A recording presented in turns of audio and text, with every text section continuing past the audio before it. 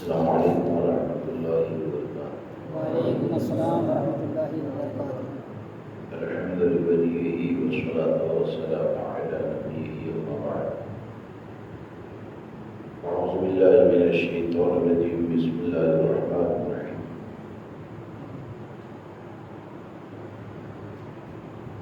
یا ایھا الذین آمنوا اتقوا اللہ حق تقاتہ ولا تموتن الا وانتم مسلمون، صدق اللہ العظیم۔ ان اللہ وملائکتہ یصلون علی النبی یا ایھا الذین آمنوا صلوا علیہ وسلموا تسلیما۔ اللهم صل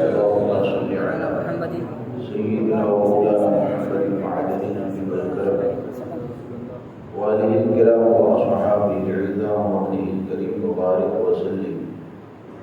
صلاۃ و سلام علیک یا سیدی یا رسول اللہ صلی اللہ تعالی علیہ وسلم۔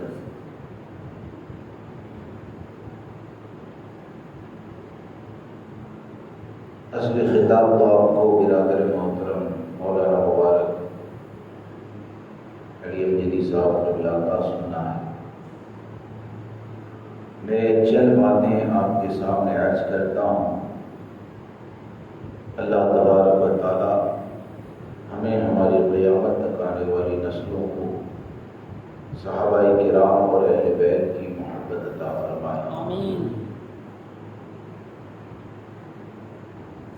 آج کا یہ جو پروگرام رکھا گیا ہے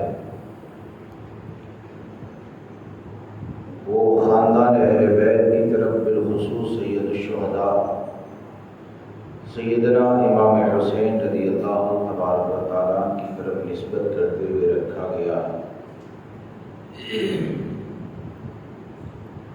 حضرت امام حسین رضی اللہ تبارک و تعالیٰ کی ذات وہ ہے کہ یقیناً آپ سے محبت کرنا ہمارے لیے، آپ کے لیے، ہماری نسلوں کے لیے نجات و بخشش کا ذریعہ ہے۔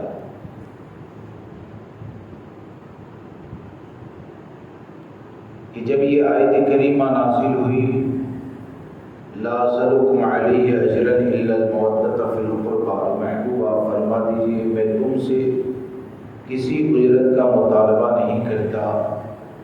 الا المودۃ فی القربى، مگر میرے قرابتدار سے محبت۔ تو عرض کی گئی یا رسول اللہ من قرابتک هؤلاء الذین وجبت علینا مودتهم، وہ آپ کے کون سے رشتہ دار ہیں، کون سے قرابتدار ہیں کہ جن کی محبت کو اللہ تبارک و تعالیٰ نے واجب کر دیا؟ تو ہمارے آقا صلی اللہ تعالیٰ علیہ وسلم ارشاد فرمایا علی و فاطمہ ولدہما، کہ علی، فاطمہ اور ان کے دونوں شہزادے۔ اور یہ وہ لوگ ہیں کہ جن سے آقا کریم صلی اللہ تعالیٰ علیہ وسلم اتنی زیادہ محبت کرتے تھے کہ اپنے ان شہزادوں کے حوالے سے آپ نے یہاں تک ارشاد فرمایا یا اللہ میں اس سے محبت کرتا ہوں، تو بھی اس سے محبت فرما۔ اور صرف بات یہاں پر ختم نہیں ہوتی ہے بلکہ یہاں تک ارشاد فرمایا یا الہ العالمین جو بھی اس سے محبت کرے اس سے بھی تو محبت فرما۔ یعنی یہ ایک مومن کے لیے حسنین کریمین کی محبت یہ اتنی بڑی نعمت ہے کہ قیامت تک جو بھی ان سے سچی محبت کرے اور شریعت مطہرہ کے تقاضوں کو پورا کرتے ہوئے محبت کرے تو اس کے لیے امام الانبیاء صلی اللہ تعالیٰ علیہ وسلم رب کی بارگاہ میں دعا فرماتے ہیں اللہ تو ان سے محبت فرما جو اس سے محبت کرے۔ اب آپ سوچیں کہ قیامت تک جو بھی محبت کرنے والا ہے اس کے لیے امام الانبیاء صلی اللہ تعالیٰ علیہ وسلم نے جب دعا فرما دی تو ہمارے آقا کی دعا کا معاملہ کیا ہے؟ بقول امام احمد رضا کہ بالکل آپ نے سچ فرمایا کہ امام الانبیاء کی دعا کا معاملہ تو یہ ہے کہ اجابت کا صحرا عنایت کا جوڑا، اجابت کا صحرا عنایت کا جوڑا، دلہن بن کے نکلی دعائے محمد، اجابت نے جھک کر گلیلے سے لگایا، پڑھی شان سے جب دعائے محمد صلی اللہ تعالی علیہ وسلم۔ تو اس لیے ہم کو یہ چاہیے کہ ہم خاندان اہل بیت سے محبت کریں، لیکن اس چیز کو یاد رکھ کر چلیں کہ ہم میں سے ہر ایک حضرت امام حسین رضی اللہ تبارک و تعالیٰ سے محبت کرتا ہے، حضرت امام حسن سے محبت کرتا ہے۔ اگر حسنین کریمین کی زندگی کو اگر آپ دیکھیں گے، ان کے تقوی اور پرہیزگاری کو آپ دیکھیں گے، تو حقیقت یہ ہے کہ سید الشہداء سیدنا امام حسین رضی اللہ تبارک و تعالیٰ نے اپنی بارگاہ کی قربت کے لیے، آپ کی بارگاہ کا فیض حاصل کرنے کے لیے قیامت تک آنے والے ہم غلاموں کو جو راستہ عطا فرمایا، جو طریقہ عطا فرمایا، وہ طریقہ یہ ہے کہ جو بھی بندے مومن گناہوں سے بچے گا، حرام کاموں سے بچے گا، اور حرام کاموں سے بچتے ہوئے جو بھی گناہوں کے دروازے کو بند کرنے کی کوشش کرے گا، تو وہ حضرت امام حسین کی اس عظیم سنت پر عمل کرنے والا ہوگا کہ انہوں نے جب برائیوں کا دروازہ بند کرنے کے لیے، گناہوں کا دروازہ بند کرنے کے لیے اپنی جان کو قربان کر دیا، اپنے خاندان کو قربان کر دیا، تو قیامت تک جو بھی گناہوں سے مقابلہ کرے گا اور گناہوں کے دروازے کو بند کرنے کی کوشش کرے گا، تو یقین جانے حضرت امام حسین کا فیض حاصل کرنے کے لیے آپ کو بہت بڑا محل بنانے کی ضرورت نہیں ہے۔ حضرت امام حسین کے فیض کو حاصل کرنے کے لیے آپ کو بہت زیادہ مال جمع کرنے کی ضرورت نہیں ہے۔ حضرت امام حسین کا اگر فیض حاصل کرنا ہے تو سچے غلام حسین بن جاؤ، دنیا کے کسی بھی کونے میں اگر جھونپڑے میں بھی رہو گے تو حسین کا فیض اللہ تم کو وہاں پر بھی عطا فرمائے گا۔ سبحان اللہ، سبحان اللہ۔ اور وہ فیض ایسا ہوگا کہ یہاں پر بھی کامیاب رہو گے، قبر میں بھی کامیاب رہو گے، اور میدان محشر میں بھی حضرت امام حسین کی نانا جان کی شفاعت حاصل ہوگی۔ تو ہم کو یہ سوچنا ہے کہ ہم حضرت امام حسین کی بارگاہ میں اگر خراج عقیدت پیش کرتے ہیں تو کیا حضرت امام حسین سے محبت کا تقاضا یہ ہے کہ محرم کا ایک چاند نظر آ جائے تو ایک چاند سے لے کر 10ویں چاند تک آپ کا ذکر خیر کیا جائے؟ کیا حضرت امام حسین کی محبت کا حق اس طور پر ادا ہو سکتا ہے کہ محرم الحرام کا ایک مہینہ آپ کا ذکر کیا جائے، آپ کی فضیلت کو بیان کیا جائے، اور بعد میں آپ کی قربانیوں کو بلا دیا جائے؟ ارے حضرت امام حسین رضی اللہ تبارک و تعالیٰ کا احسان ہمارے اوپر اتنا بڑا ہے کہ ہم پوری زندگی جب بھی کہیں پر حرام کام ہوتا ہوا دیکھے، ہم پوری زندگی جب بھی کہیں گمراہیت کو پھیلتا ہوا دیکھے، تو اس وقت جو بھی مقابلے کے لیے کھڑا ہوگا حضرت امام حسین کا تصور اپنے دل کے اندر پیدا کریں، اور وہ یہ سوچے کہ میں تو حضرت امام حسین کا غلام ہوں، حضرت امام حسین نے برائیوں سے مقابلہ کیا ہے، میں بھی برائیوں سے مقابلہ کروں گا۔ تو یقین جانے آپ کی یاد ہماری زندگی کو ایسے گھیر لے گی کہ جب پوری زندگی برائیوں کے خاتمے کے لیے کوشش کرو گے تو اللہ تبارک و تعالیٰ حسین کی محبت کو تمہارے ایمان کی سلامتی کا ذریعہ بنا دے گا، حسین کی محبت کو تمہارے لیے قبر کی روشنی بنا دے گا، حسین کی محبت کو میدان محشر میں شفاعت مصطفیٰ کا ذریعہ بنا دیا جائے گا۔ اس لیے ہم کو یہ چاہیے کہ حضرت امام حسین رضی اللہ تبارک و تعالیٰ کی قربانی کے بارے میں سوچیں اور عبرت حاصل کریں کہ آپ کی اتنی کاوشیں، آپ کی اتنی قربانیاں کہ جس کے بارے میں ہم سوچ بھی نہیں سکتے، جس کے بارے میں ہم اندازہ بھی نہیں لگا سکتے ہیں۔ دین کی حفاظت کے لیے، شریعت مطہرہ کی حفاظت کے لیے جب آپ نے اتنی بڑی قربانی دی تو آپ کی قربت کا ایک راستہ ہے، بلکہ یہ کہا جائے تو مبالغہ نہیں ہوگا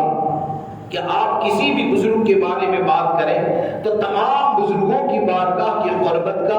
ان کی بارگاہ کے فیض حاصل کرنے کا ایک واحد راستہ یہ ہے کہ اپنے آپ کو شریعت مطہرہ کا پابند بنائیں، اپنے آپ کو حرام کام سے بچائیں، اپنے آپ کو نیک عمل کرنے والا بنائیں کہ آپ اگر نیک بن گئے اور ہر معاملے میں کوئی بھی قدم اٹھانے سے پہلے اگر آپ نے شریعت کے قانون کا پاس و لحاظ کیا اور اسی کے مطابق اپنی زندگی کو گزارا تو شریعت پر عمل کرنا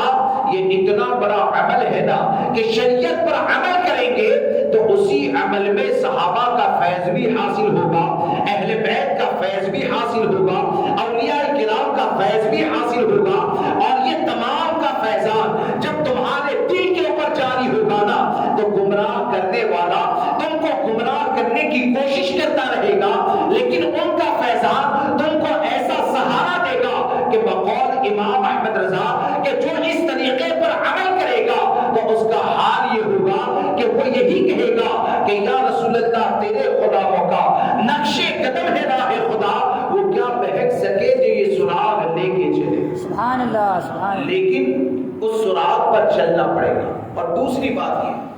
کہ آج کا جو دور ہے وہ بڑا پرفتن دور ہے، آج کا دور بڑا پرفتن دور ہے، اور آدمی اس چیز کے بارے میں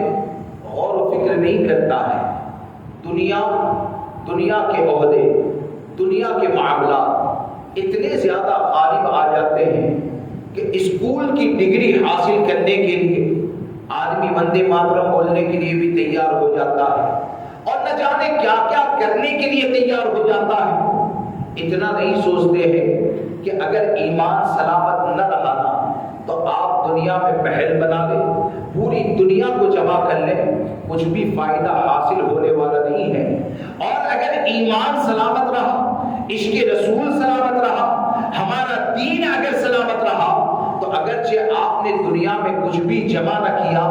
آپ کو چند فٹ زمین کے اندر جب قبر میں اتارا جائے گا نا تو دنیا والے ہو سکتا ہے کہ جنہوں نے دنیا کے چکر میں دین کو برباد کر دیا تو ہو سکتا ہے کہ وہ یہ سوچے کہ یہ پیدا ہوا وہاں سے لے کر قبر میں جانے تک اس نے کیا کیا۔ وہ یہ سوچ سکتا ہے کہ 60 سال تک یہ دنیا میں رہا، آخر کون سی چیز کو جمع کر پایا، یہ چند گز زمین کے اندر چلا گیا۔ لیکن اس بات کو یاد رکھ کے چلنا، جو عشق رسول کے ساتھ اپنے دین کی حفاظت کے ساتھ چند گز زمین کے اندر سلا دیا جاتا ہے، قسم خدا کی وہ چند گز زمین میں آرام کا یہ حال ہوتا ہے کہ دنیا کے محل میں وہ سکون نہیں ملنے والا ہے۔ کیوں کہ جب عشق رسول سلامت ہوگا تو وہی چند گز زمین کو تمہارے لیے حد نگاہ تک کشادہ کر دیا جائے گا، اسی قبر کو تمہارے لیے جنت کے باغوں میں سے ایک باغ بنا دیا جائے گا،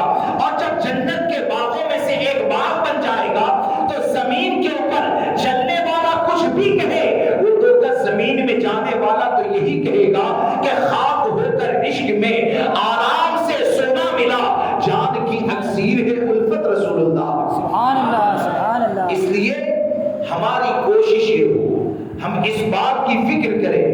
ہمارے ایمان ہمارے عقیدے کی حفاظت کریں۔ آج اصل میں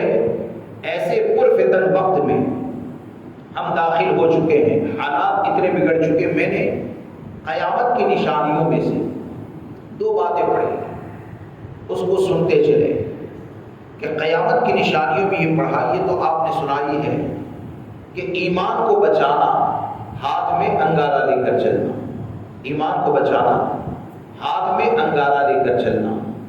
اب انگارے کے بارے میں آپ تنہائی میں بیٹھ کر غور کریں، ماچس کی تیلی اگر انگلی میں لگ جاتی ہے نا، بجھنے کے بعد فوراً آدمی منہ میں اپنی انگلی کو ڈال دیتا ہے، پانی میں انگلی کو ڈال دیتا ہے،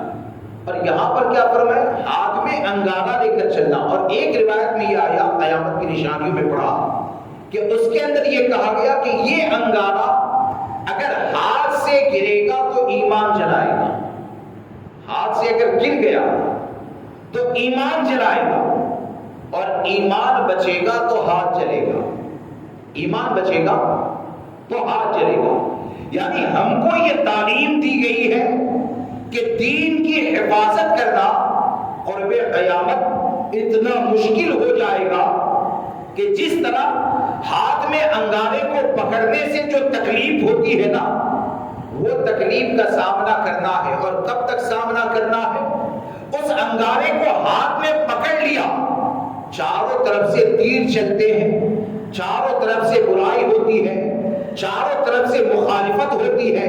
رات بھر دل بے چین ہوتا ہے. یہ تمام پریشانیوں کو جو برداشت کرے گا اور اس انگارے کو ہاتھ میں پکڑ کے رکھے گا، تو گویا کہ یہ ہاتھ میں انگارہ لے کر جو دنیا سے جائے گا وہ ایمان کے ساتھ جائے گا، وہ اپنے عقیدے کی حفاظت کے ساتھ جائے گا. آج آپ دیکھیں کہ تسلف فی الدین کا معاملہ، شریعت مطہرہ کے اوپر عمل کا معاملہ، کہ آج حال یہ ہو جاتا ہے کہ لوگ بھیڑ کو دیکھ کر فیصلہ کرتے ہیں، لوگ دوسرے معاملات کو دیکھ کر فیصلہ کرتے ہیں. یاد رکھیں کہ قرب قیامت کی نشانیوں میں سے یہ ہے کہ دیندار کی حیثیت اپنے خاندان میں، اپنے گاؤں میں نہیں، شہر میں نہیں، دنیا میں نہیں. یہ کہا گیا جو دیندار ہوگا قرب قیامت میں، جو شریعت پر سختی سے عمل کرنے والا ہوگا، تو قیامت کی نشانیوں میں یہ فرمایا گیا کہ اس کی حیثیت اپنے گھر میں بھیڑ بکریوں سے زیادہ کمتر ہو جائے گی. بھیڑ بکریوں سے، یعنی تمہارے گھر میں جو بکریاں ہوتی ہیں نا، تو ایک بکری کی حیثیت جو تمہاری نظر میں ہوتی ہے، ایک بکری کا خیال جتنا تم کرتے ہو نا، تو بھیڑ بکری سے زیادہ کمتر کسے سمجھا جائے گا؟ اسے سمجھا جائے گا جو متسلم سنی ہوگا، اسے سمجھا جائے گا جو شریعت پر عمل کرنے والا ہوگا، اسے سمجھا جائے گا جو برائیوں کے خاتمے کو لے کر کوشش کرنے والا ہوگا. لیکن یاد رکھ کر چلے کہ کامیاب وہی ہوگا کہ جس نے تسلف الدین کے ساتھ اپنی زندگی کو گزارا ہے، جس نے اپنے عقیدے کی حفاظت کرتے ہوئے اپنی زندگی کو گزارا ہے. تو اس لیے اس بات کو یاد رکھ کر چلے کہ ہماری نظر ہمیشہ شریعت پر ہونی چاہیے. لوگ راضی ہوں گے، لوگ ناراض ہوں گے، لوگ کیا کہیں گے، اکیلے رہیں گے یا بھیڑ ساتھ میں ہوگی، اس بات کو یاد رکھ کر چلے کہ اگر حق پر قائم نہ رہے معاذ اللہ، اور لاکھوں کا مجمع اگر تمہارے ساتھ جمع ہو جائے، تو چاہے تم کو پیر کہا جاتا ہو، چاہے تم کو ولی کامل کہا جاتا ہو، چاہے کچھ بھی کہا جاتا ہو، اگر تم حق پر قائم نہ رہے اور لاکھوں کا مجمع بھی اگر جمع ہو گیا نا، تو وہ لاکھوں کا مجمع دنیا میں طاقت بن سکتا ہے، میدان محشر میں طاقت نہیں بن سکتا ہے. وہ لاکھوں کا مجمع تمہارے لیے دنیا میں شہرت کا ذریعہ بن سکتا ہے، میدان محشر میں نہیں بن سکتا ہے. میدان محشر میں ساتھ کون آئے گا؟ الا المتقون، کہ جس سے محبت تقویٰ کی بنیاد پر ہے، جس سے محبت پرہیزگاری کی بنیاد پر ہے. آج آپ دیکھیں کہ ہمارے سامنے، میں یہ عرض کر رہا تھا کہ حالات کتنے زیادہ ابتر ہے. یعنی ہم اہل بیت کا ذکر خیر کرتے ہیں، تو آج تو سوشل میڈیا کا ٹائم ہے، کوئی بھی سوشل میڈیا پر اہل بیت کا ذکر سن لیتا ہے اور کوئی یہ سوچتا ہے کہ ہم تو سنی کو سنتے ہیں. حالانکہ آج فتنوں کی بارش اس طور پر ہو رہی ہے کہ اہل بیت کا ذکر اگر سننے کے لیے جاتے ہیں تو رافضیت زدہ لوگوں کا معاملہ دیکھیں. اور کئی تو ایسے ہیں جو اپنے آپ کو سید کہتے ہیں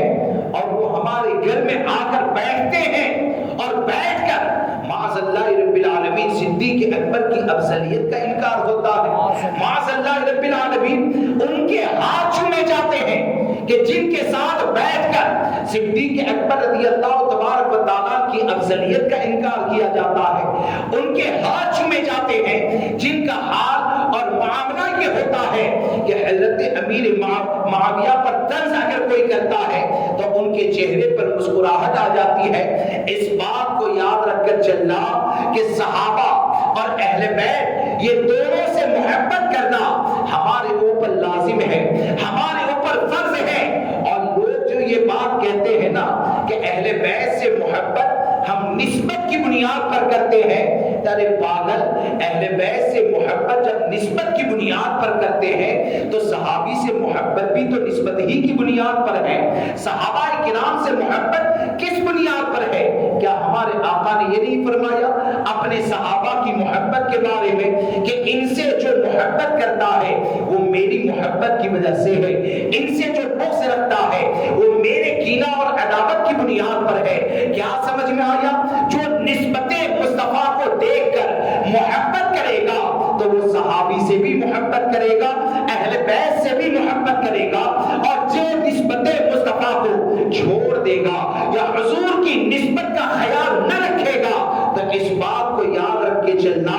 کہ اگر بغض اہل بیت پیدا ہو گیا نا تو ہو سکتا ہے خارجی ہو جائے، بغض صحابہ اگر پیدا ہو گیا تو ہو سکتا ہے رافضی ہو جائے، اور امام احمد رضا کا اگر دامن پکڑ لیا تو امام احمد رضا اس صراط مستقیم کا نام ہے کہ قسم خدا کی امام احمد رضا کے دامن میں آ گئے نا تو نہ رافضی ہوں گے نہ خارجی ہوں گے، بلکہ امام احمد رضا کے قدم کے مطابق اگر چلتے رہو گے تو یہی کہو گے کہ اہل سنت کا ہے بیڑا پار اصحاب حضور، نجم ہے اور ناو ہے عطرت رسول اللہ۔ سبحان اللہ۔ مسلک اعلیٰ حضرت،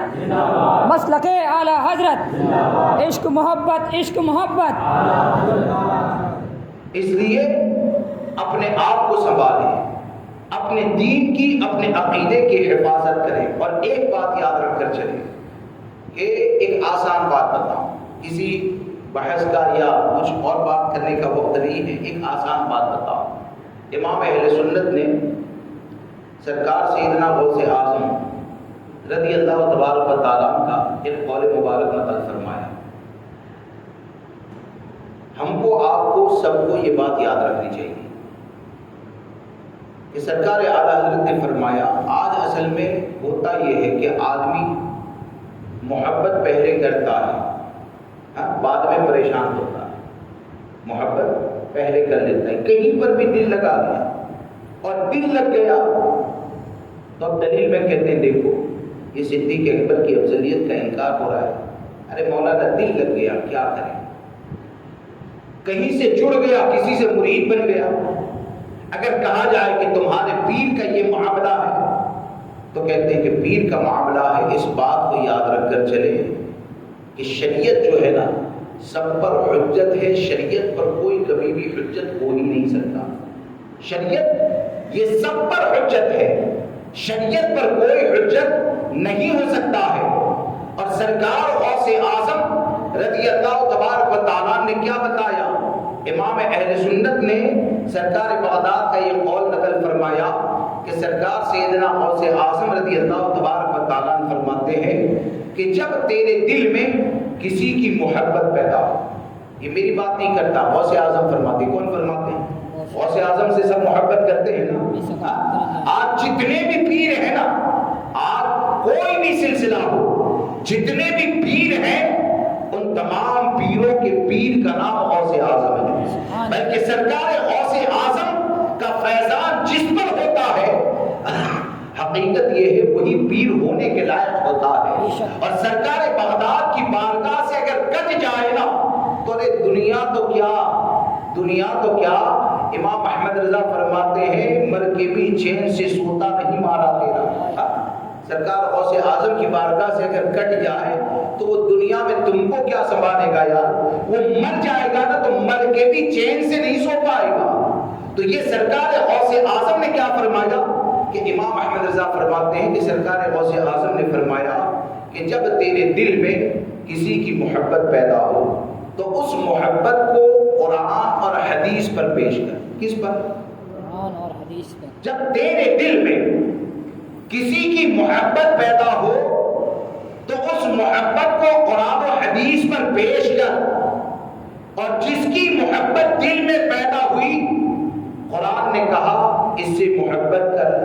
حدیث نے کہا اس سے محبت کر، تو سرکار غوث اعظم فرماتے ہیں ان سے محبت کی جائے۔ اور قرآن و حدیث پر اگر تمہارے دل کی محبت کو پیش کیا جائے اور قرآن و حدیث یہ کہہ دے کہ ان سے دوری کو اختیار کر لو تو وہ کوئی بھی ہو اس سے اپنے تعلق قرآن و حدیث پر آپ اپنی محبت کو پیش کرو گے نا تو مختصر میں یہ سمجھیں کہ صحابہ کی محبت بھی ملے گی، اہل بیت کی محبت بھی ملے گی، اولیاء کی محبت بھی ملے گی، علماء کی محبت بھی ملے گی، متقیوں کی محبت بھی ملے گی۔ یہ تمام کی محبت پر آپ کو دلائل نظر آئیں گے، اور یہ تمام دلیلوں کو امام احمد رضا نے اپنی تحریر کے اندر جمع فرما دیا، اور بغیر کسی مبالغہ کے، اس لیے نہیں کہ رضوی ہے اس لیے، بغیر کسی مبالغہ کے ہم یہ بات کہتے ہیں، اور ہمارا دل یہ کہتا ہے کہ امام احمد رضا کی تعلیم صرف موجودہ وقت کے فتنوں کا مقابلہ نہیں کرے گی، بلکہ آنے والے وقت میں فتنوں کا مقابلہ یہ امام احمد رضا کا قلم کرے گا۔ جس کو آسانی کے ساتھ گمراہیت سے بچنا ہے، جس کو آسانی کے ساتھ اپنی آخرت کو تباہی اور بربادی سے بچانا ہے، تو کسی بھی سلسلے کا ہو، ہر سلسلے والے کو اگر جانچا جائے گا تو امام احمد رضا کے قلم پر جانچا جائے گا۔ کیوں کہ امام احمد رضا کا قلم وہ ہے کہ امام احمد رضا کا قلم اللہ کے محبوب بندوں کا باغی کبھی بھی نہیں بناتا ہے۔ امام احمد رضا کا قلم وہ ہے کہ ان کے قلم سے قریب ہو گئے، ان کی تعلیم سے اگر جڑ گئے تو یقین جانے قلم امام احمد رضا کی برکتیں یہ ہیں کہ اللہ کے تمام محبوب بندوں کا فیض آپ کو حاصل ہو جائے گا۔ کیوں کہ امام احمد رضا کی زندگی کا مقصد ہی یہ ہے کہ کرو مدح اہل دور رضا، پر اس بلا میں میری بلا، میں کہتا ہوں اپنے کریم کا میرا دین پارا نام۔ آج اصل میں گمراہیت کے دروازے کھولے جاتے ہیں، اس بات کو یاد رکھ کر چلنا۔ اندھی پیروی کرو گے، اندھی پیروی کرو گے نا تو آپ یہ سوچیں گے ہم تو چلتے ہیں، ہم تو چلتے ہیں بڑے کے پیچھے، فلاں کے پیچھے، میدان محشر میں کوئی نظر نہیں آئے گا کسی کے بھی پیچھے۔ ہمارے پیچھے بھی اگر چلنا ہے تو دیکھا یہ جائے گا شریعت کے مطابق ہم کہتے ہیں کہ نہیں، تو ہمارے پیچھے چلنا ہے نا۔ اگر شریعت کے خلاف اگر بات ہے تو ہم کسی کے پیچھے کیوں چلیں گے؟ آج گمراہیت کے دروازوں کو کھولا جاتا ہے، مشکل سے قوم کو گمراہیت سے بچانے کی کوشش ہو، اور حال یہ ہوتا ہے کہ بھائی دیوبندیت وہابیت کے درمیان اگر آزاد چھوڑ دیا جائے تو کیا ہو جائے گا، یہ ہو جائے گا۔ ایک بات میری یاد رکھ کر چلے، اپنی بات کو ختم کرتا ہوں۔ سرکار فاروق اعظم کا نام سنا ہے؟ دلیل میں موجودہ کسی کی بات نہیں کرتا، یہ سرکار سیدنا فاروق اعظم رضی اللہ تبارک و تعالیٰ کی ذات ہے کہ جن کے بارے میں حدیث پاک میں یہ آیا ان اللہ وضع الحق علی لسان عمر وقلبہ، کہ اللہ تبارک و تعالیٰ نے عمر کی زبان اور دل پر حق کو جاری فرما دیا۔ وہ سرکار سیدنا فاروق اعظم رضی اللہ تعالیٰ کہ آپ کے زمانے میں اس واقعے کو یاد رکھیں اور اپنے دل کے اندر جگا دیں، اپنے ایمان عقیدے کی حفاظت کی فکر کریں کہ امام اہل سنت نے فاروق اعظم رضی اللہ تبارک و تعالیٰ کا یہ واقعہ تحریر فرمایا کہ سبیغ نام کا ایک شخص تھا جو آیت متشابہات کے بارے میں بحث کیا کرتا تھا،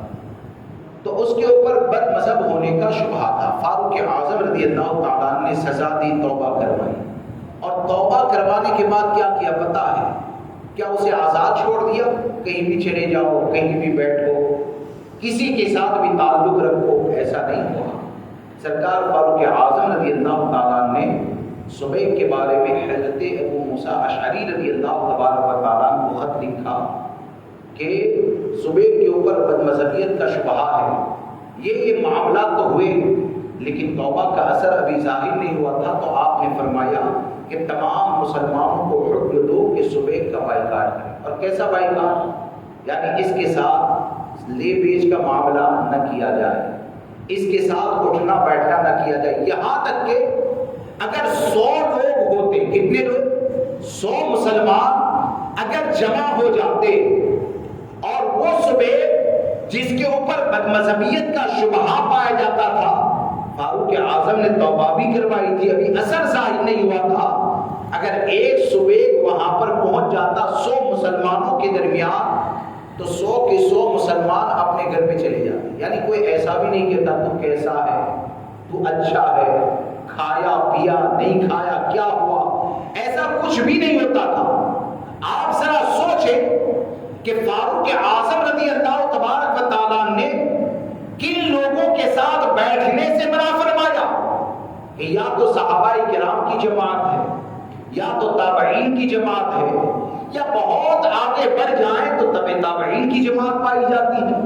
یعنی اتنی فضیلت والے لوگوں کے درمیان ایسا نہیں کہ ہزاروں بد مذہب کو آزاد چھوڑ دیا. معاملہ یہ ہے کہ ایک کا معاملہ ہے, اور صحابہ تابعین یا اس وقت میں اگر تبع تابعین ہے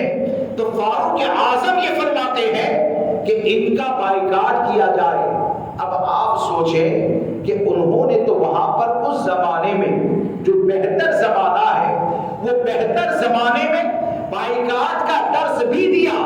اور عمل اس طور پر ہوا کہ 100 مسلمان جمع ہو اور وہ پہنچ جائے نا تو 100 کے 100 اپنے گھروں کو چلے جاتے تھے. پھر حد یہ ہوئی کہ جب اس کا معاملہ سدھر گیا تو اس وقت فاروق اعظم کو حضرت ابو موسیٰ اشعری نے خط لکھا کہ حضور صبح کا معاملہ ٹھیک ہو گیا. اب فاروق اعظم رضی اللہ تعالیٰ عنہ فرماتے ہیں کہ صبح کے ساتھ تعلقات قائم کیے جائیں. اب آپ سوچیں کہ جہاں پر بد مذہبیت کا شبہہ پیدا ہو جائے وہاں پر سزا کے بعد توبہ کے بعد صحابہ تابعین یا تبع تابعین کے درمیان دوستی اور یاری کے لیے آزاد نہیں چھوڑا جاتا ہے. یہ کس کا فیصلہ ہے؟ یہ فاروق اعظم کا فیصلہ ہے. اور آج کے دور میں ایسا کہ کہیں پر بھی چلے جائیں, کسی کے ساتھ بھی بیٹھ جائیں تو حال اور معاملہ کیا ہوگا. اسی لیے امام احمد رضا فاضل بریلوی رضی اللہ تبارک و تعالیٰ نے ہم کو یہ جو تعلیم عطا فرمائی نا, تو امام احمد رضا نے اپنے بزرگوں کی زندگی سے فیصلوں کو جمع کر کے ہم کو وہ فیصلے عطا فرمائے, اور ہم کو یہی درس دیا کہ ایک مسلمان کا معاملہ یہ ہونا چاہیے کہ یا رسول اللہ تمہیں جانا تمہیں مانا, نہ رکھا غیر سے کام, للہ الحمد میں دنیا سے مسلمان میں. اس لیے اپنے دین کی حفاظت کریں, اپنے عقیدے کی حفاظت کریں, گستاخ اہل بیت سے بچیں, گستاخ صحابہ سے بچیں, گستاخ اولیاء سے بچیں, اور اس بات کو یاد رکھ کر چلیں کہ ہماری دین کی سلامتی کا آسان راستہ یہ ہے کہ کوئی بھی بولنے والا بولے, کوئی بھی بولنے والا بولے تو اس کی زبان کو موجودہ وقت میں اگر پرکھا جائے گا تو امام احمد رضا کے قلم پر پرکھا جائے گا. آج لکھنے والا کوئی بھی لکھے, لیکن لکھنے والے کی اگر تحریر کو دیکھا جائے گا تو امام احمد رضا کی تحریر پر اس کو جانچا جائے گا, اور جو امام احمد رضا کے نقش قدم کے اوپر چلے گا نا